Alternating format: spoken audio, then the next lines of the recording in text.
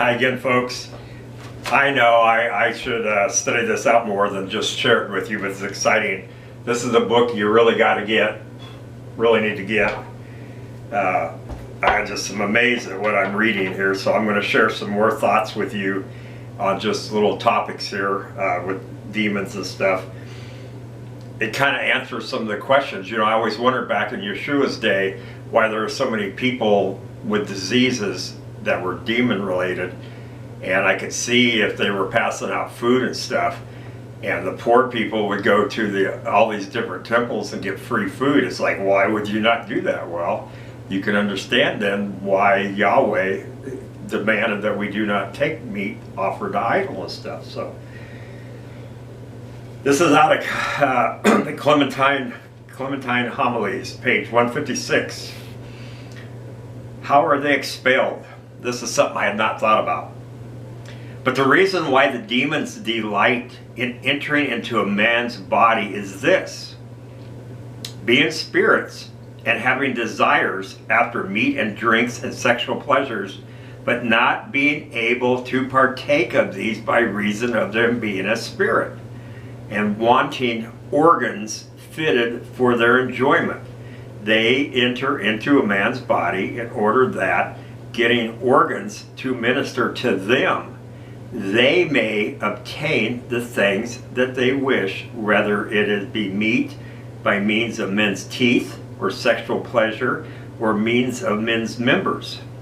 Hence, in order to the putting of demons to flight, the most useful help is abstinence and fasting and suffering of affliction. For if they enter into men's bodies for the sake of sharing pleasures, it is manifest that they are put to flight by suffering. For inasmuch as some, being of more malignant kind, remain by the body that is undergoing punishment, though they are punished with it. Therefore it is needful to have a recourse to God by prayers and penitence, refraining from every occasion of impurity, that the hand of Yahweh may touch him for his cure, as being pure and faithful. Unbelief and demon stronghold. Unbelief is the demon stronghold.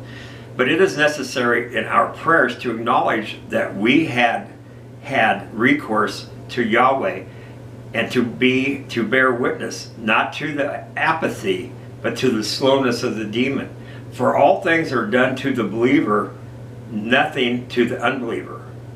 Therefore demons themselves, knowing the amount of faith of those of whom they take possession, measure their stay proportionately. Wherefore they stay permanently with an unbelieving, tarry for a while with the weak in faith, but with those who thoroughly believe and who do good, they cannot remain even for a moment. For the soul, being turned by faith, as it were, into the nature of water, quenches the demon as a spark of fire. You're quenching him. The labor, therefore, in everyone is solicitous about the putting to flight of his own demon. For being mixed up with men's souls, they suggest to every man's mind desires after what things they please, in order that they may neglect his salvation. More tricks.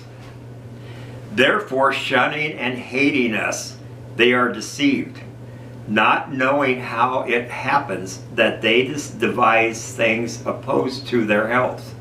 For neither can we compel them against their will to incline towards health, since now we have no such power over them.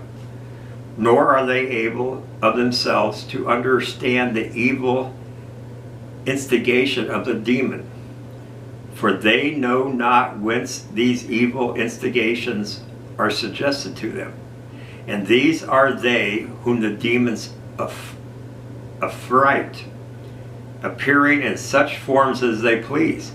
And sometimes they prescribe remedies for those who are diseased, and thus they receive divine honors from those who have previously been deceived. And they conceal from many that they are demons, but not from us, who know their mystery and why they do the things, changing themselves in dreams against those over whom they have power, and why they terrify some and give oracular responses to others, and demand sacrifices from them, and command them to eat with them, that they may swallow up their souls. Power of the demons. But that the soul of each man embodies the forms of demons after his own perceptions, and that those who are called gods do not appear, is manifest from the fact that they do not appear to the Jews. But someone will say, how then do they give oracular responses forecasting future things? This is also false. But suppose it were true. This does not prove that they are gods, for it does not follow, if anything prophesies, that it is a god. The pantheon prophecy, yet they cast out us as demons and put to flight. But someone will say, they work cures for some persons, it is false. But suppose it were that it is not proof of Godhead, for physicians also heal many, yet they are not gods. But says one, physicians do not completely heal those whom they take charge, but these heal oracally. But the demons know the remedies that are suitable to each disease, wherefore, being skillful physicians, are able to cure those diseases which can be cured by men, and also being prophets, and knowing when each disease is healed of itself, they so arrange their remedies that they may gain the credit of producing the cure. Fascinating, just absolutely fascinating. And so, Father Yahweh, I am so grateful. Again, I pray that maybe some of these words might help encourage others, Lord. It has helped me to understand more about fasting and the need to purify and cleanse my body, not just for the health reasons, but also for just what they're talking about in this book, Father. Help us to gain wisdom, help us our lives to change so that we ourselves are not prideful, Lord, but are stable in your ways, so we can stand against the enemy and they will flee from us. In Yeshua's name, amen.